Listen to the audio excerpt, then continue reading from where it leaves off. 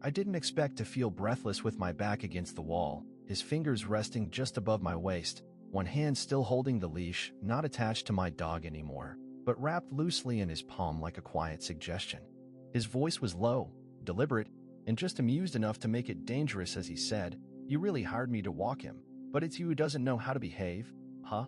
And I swear, I didn't think I was signing up for that when I tapped Book Now on a dog walking app. It all started 2 weeks after my job promoted me and stole my life. 12-hour days, back-to-back meetings, microwave dinners I didn't even bother to plate anymore. My dog, Max, a high-energy golden retriever with no concept of mercy, was losing his mind. He was chewing couch corners, staging full-blown protest howls during Zoom calls, and giving me looks like I was the world's worst roommate. I needed help. I didn't care who showed up. I just needed someone reliable. So when Leo arrived the next morning, holding a sleek black leash in one hand and looking like he could sell cologne on a billboard, I figured the universe was just being extra generous.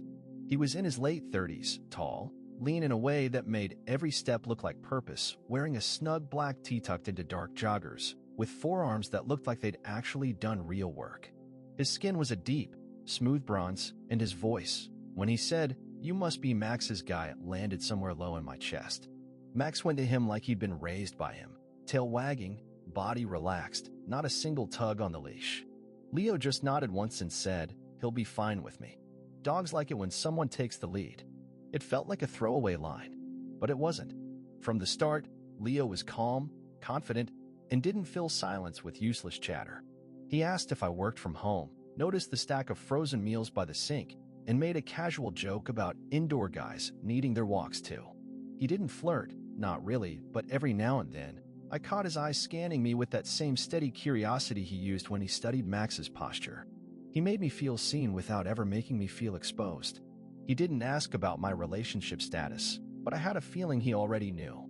By the third visit, I started noticing things, how he stood just close enough when handing off the leash, how he smelled like cedar and soap and something faintly leathered, how his fingers brushed mine a second too long.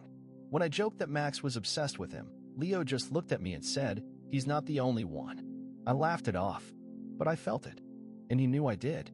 So when I found myself one evening standing in my hallway, shirt clinging to my back from nervous heat, watching him coil the leash slowly in his palm like he had all the time in the world. And he looked at me like he'd been waiting for me to admit something I hadn't said out loud yet. I knew we were long past simple pet care. We were in a new kind of training session, and I wasn't the one holding the leash anymore. The next morning, I tried to convince myself I'd imagined the tension. I even left the front door open a little wider when he arrived, like letting in more light might wash away the heat that had gathered between us. But Leo walked in like he always did, quiet, unhurried, with that leash looped around 2 fingers and a calm that somehow made my entire apartment feel smaller. Max ran to him immediately, tail wagging like he was 10 seconds away from writing Leo into his will. I crossed my arms, half smiling, and said, "You really do have a gift with him." Leo knelt down to check the collar and said, without looking at me, "It's not about control. It's about attention. He listens because I give him mine." The way he said it, measured, firm, like there was more being spoken than words, I felt it down the backs of my legs. "Is that why I keep listening to you too?" I asked, trying to pass it off as a joke, but it came out too honest. He stood up slowly, met my eyes, and said, "Maybe you're waiting for someone to tell you what you already know." I didn't move. I didn't speak. He looked at Max, then at me again. "Same time tomorrow?" I nodded. "Yeah, I'll be here." But I wasn't talking about the walk. For the next several days, Leo kept showing up, always professional, always on time. But each visit chipped a little deeper into the space between us. He started staying longer after the walks. Sometimes we'd talk on the couch, Max sprawled between us while Leo sipped the coffee I now made automatically for him. Other times, he'd lean against the kitchen counter, watching me move like he was waiting to see when I'd finally let something slip. One evening, I asked him, "Do you ever do anything outside of this? You know, when you're not walking dogs and rearranging my furniture with your eyes?" He smiled. "Used to bartend. Taught a little obedience training at shelters. Did some coaching for queer kids, confidence work, body awareness, that kind of thing. And now," he shrugged, "now I work with whoever lets me in." It didn't sound like a line. It sounded like a truth. Then came the evening it shifted. Max had gotten muddy at the park, So Leo offered to help bathe him in the guest bathroom. I watched from the hallway, pretending to scroll my phone, as Leo knelt beside the tub, sleeves rolled up, forearms soaked, his voice low and calming as he worked shampoo through Max's fur. There was something intimate about it. Not sexy in the obvious way, just quiet, controlled, warm. After the bath, I handed him a towel, and when his fingers brushed mine again, he didn't pull away. Instead, he stepped a little closer. Not close enough to trap me, just close enough to see if I'd move. I didn't. He looked at me for a long second, then down at the leash draped across the sink. Some dogs walk better when they know someone's guiding them. I raised an eyebrow, the air between us suddenly thick again. Is that how you see me? He smiled, just slightly. I think you've been walking yourself in circles for a while now. I swallowed hard, my heart thudding in a way I hadn't felt in years. Hey, thank you for listening up to this point. Leave a comment below, it really means a lot and helps grow the channel. Thank you so much. Now, let's get back to the story. What if I don't want to be led? He took another step forward. Then don't. But you might be surprised what happens when you let go of the need to always be in charge. And right then, I wasn't thinking about collars or commands or clever lines. I was thinking about how close his mouth was to mine, about the warmth of his body, about how I hadn't touched anyone in months but somehow already trusted him to read me like a map. The leash was still between us, still coiled in his hand. But it didn't feel like a symbol of control. It felt like an invitation, and I was already halfway to accepting it. The first time he kissed me, he didn't ask. He didn't have to. It was a Tuesday, the sky was grumbling with early summer thunder, and Max was curled up by the door like he knew something was about to shift. Leo had come back from the walk soaked to the knees, eyes bright, shirt damp and clinging in all the right places. I handed him a towel and mumbled something about the weather, but he was already stepping out of his shoes, wiping his arms, and watching me like he was done pretending there was nothing here. You always this quiet when you want something? He asked, voice low. I was tracking mine like he already knew what I wouldn't say out loud. I don't want to screw up what we've got, I admitted. You're good with Max. You've become part of the day. I don't want to mess that up. He closed the distance with just 2 calm steps, his hand resting on the side of my face, fingers warm and grounding. What if this is part of it? He asked. What if this is what it looks like when something finally starts making sense? And then he kissed me. It wasn't soft or unsure. It was deliberate, full, like he was done waiting for permission. His lips pressed into mine with quiet confidence, his body settling close without trapping me, his hands steady like they'd been there before and knew exactly how to hold me without making me flinch. I kissed him back, harder than I thought I would. Like I'd been holding my breath for months, and he was the first thing that didn't make me feel like I had to pretend. His tongue met mine, slow and searching, and when he pulled me closer by the waist, I let out a breath that came out half a moan. His hands moved carefully, one pressing against the small of my back, the other tracing the curve of my jaw, anchoring me like he knew I might drift. When we broke apart, my forehead rested against his chest. I could feel his heart beating steady and strong beneath the damp cotton. I haven't been touched like that in a long time, I whispered. He leaned down, brushing his lips over my temple. Then we start slow. No rush. But I need you to know, I'm not just here to walk your dog. I kind of figured that, I said with a shaky laugh. He tilted my chin up with 2 fingers, eyes locked on mine. I don't play around. If I stay, if we do this, it's real. You okay with that? I didn't hesitate. Yeah, I want real. He smiled, that warm, knowing smile that made me feel safe and wanted in the same breath. Then take your leash back. He unhooked the coil from his hand and placed it gently in mine. The gesture was so symbolic, so simple, that it landed somewhere deep. This wasn't about control. It was about trust, about choosing someone who could guide, not drag. That night, we didn't have sex. We made out on the couch like 2 men in their 20s, forgetting the rest of the world even existed. He kissed my throat, dragged his lips down my chest, let his fingers explore like he was memorizing me through warmth alone. I ran my hands under his shirt, felt the taut strength of his back, kissed the scar I found just above his hip. He whispered things against my skin. Nothing scripted, just quiet truths, like I love how you breathe when I kiss you here, and you feel so damn good in my hands. We fell asleep tangled up under a blanket on the couch, his fingers still laced in mine. Max sprawled across our feet like he'd accepted this new pack arrangement without question. By morning, nothing felt awkward, just calm, real, and maybe, for the first time in a long while, I didn't feel like I was the one who had to lead anymore. The next few days slipped into something that felt almost too easy, like we'd always been doing this. Leo would show up for Max's walk, but instead of just grabbing the leash and heading out, he'd linger. He'd press a kiss to the corner of my mouth before he left, or slide his hand over my lower back when I passed him coffee, like he'd already figured out every way to touch me that would slow my breathing without needing to say much at all. And I stopped pretending this was something casual. He'd stay after some walks, sometimes just long enough to sit beside me on the couch while Max dozed between us, his hand on my thigh, fingers gently squeezing like he needed that contact to stay tethered. Other nights, he'd pull me into his arms and kiss me until I forgot whatever stress the day had buried in my shoulders. We didn't talk about labels. We didn't define it. But it was growing, steady as breath. Still, there was a tension, not between us, but around us. The quiet question of when does this stop being new and start becoming something that could break? It surfaced on a Wednesday. He showed up late, just 20 minutes, but late for him. No explanation, no text. His jaw was tight, his shoulders stiffer than usual. Max picked up on it immediately, tail wagging slower, ears slightly back. I noticed it, too, but said nothing until we were alone again and the silence felt too loud to ignore. "You okay?" I asked, watching him run a hand through his hair, standing just inside the front door like he wasn't sure whether to come in or walk back out. He nodded, but not like he meant it. Just a lot in my head. "Work stuff." He didn't answer. "Me stuff?" I asked quietly. His eyes finally met mine. "It's not you. It's me not knowing how to let good things happen without waiting for them to fall apart." That landed. Too hard. Too familiar.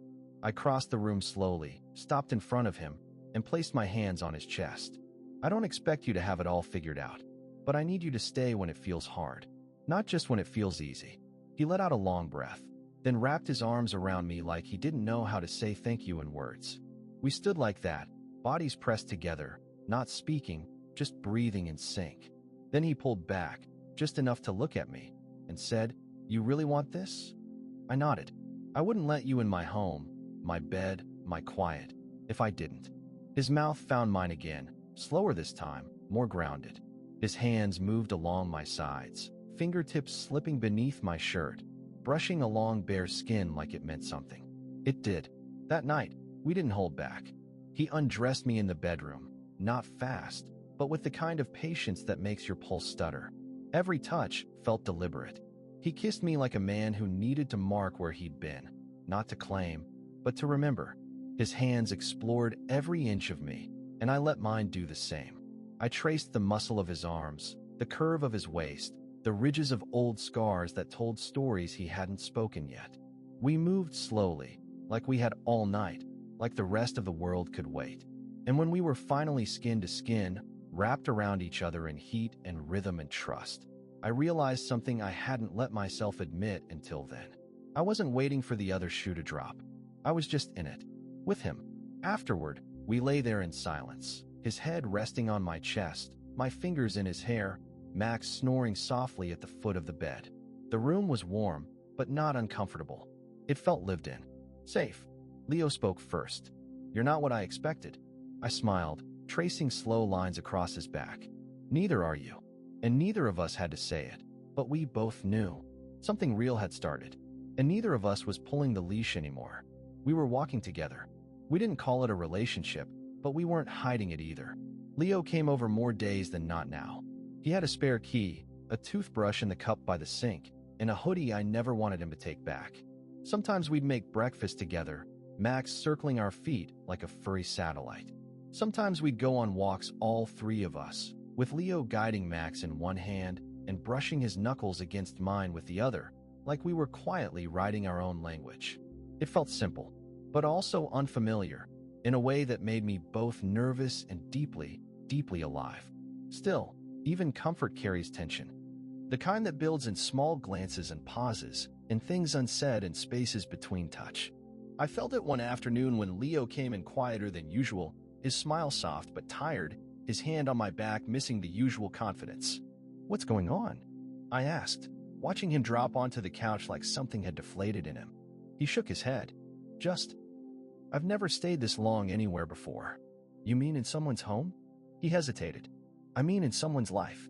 That sat with me. He wasn't being dramatic. He wasn't fishing.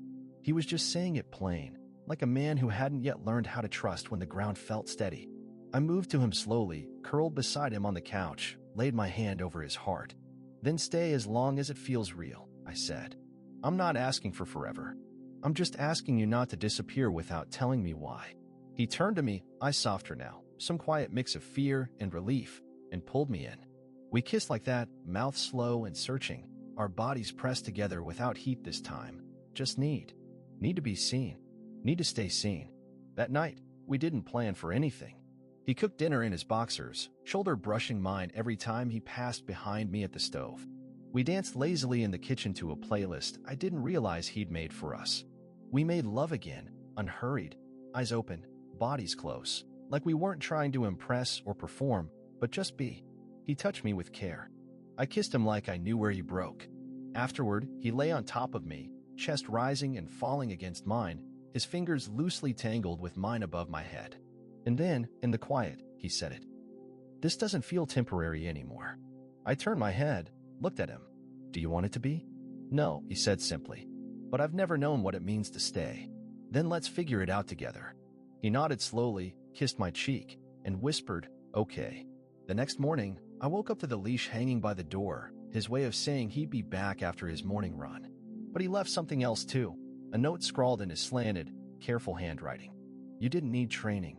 You just needed to know someone wanted to walk beside you. I'm not going anywhere. L. Summer turned to fall, but Leo didn't fade like a season. Instead, he settled in, not with a loud announcement or a suitcase by the door, but with quiet routines that rooted themselves in the corners of my life. He'd take Max out before I even got out of bed, and I'd wake up to the smell of toast and the soft shuffle of his socks across the kitchen floor. He'd text me during the day just to say he was thinking of me, and he never once left without looking back. We never said boyfriends. We didn't have to. We just were. I'd catch him sometimes, watching me from across the room while I worked, or while I was brushing my teeth, or putting on a sweatshirt, and he'd smile like he still couldn't believe he was allowed to stay. And each time, I'd cross the room, kiss him slow, and remind him with my mouth that he didn't have to earn his place here. He already had. One night, after a quiet dinner and a long walk under rustling leaves, we curled up on the couch, Max asleep at our feet, and Leo said, "You know what I used to think love looked like?" What? Control. Rules. Somebody leading, somebody following. Like a leash always had to be pulled. I looked at him, traced the line of his jaw with my fingers. And now I think it's just choosing to walk together. Every damn day. I kissed him, deep and unhurried, and whispered, then I'll keep showing up. As long as you do. We made love that night with the windows open, cool air curling over our skin, his hands holding me like he was still discovering something new, even now. He whispered things into the space between kisses, nothing fancy, just truths. You feel like home. I'm safe with you. Don't let go. And I didn't. I held him tighter. In the morning, we walked Max together. Leashes, coffee, gloves. No tension. No pretending. A neighbor waved, probably assuming we'd always been together. And for the first time in years, I didn't feel the urge to correct the assumption. Later, back home, Leo hung the leash by the door, kissed me on the shoulder, and said, "You know, I think I'm the one who got trained." I turned to him, eyes warm. Trained into what? He grinned, letting someone love me without needing to earn it. And now I want to ask you, yes, you listening. Have you ever met someone who showed you that love doesn't have to feel like work, like control, like fear? Tell me in the comments. Because sometimes you don't need to be walked. Sometimes you just need someone willing to walk beside you.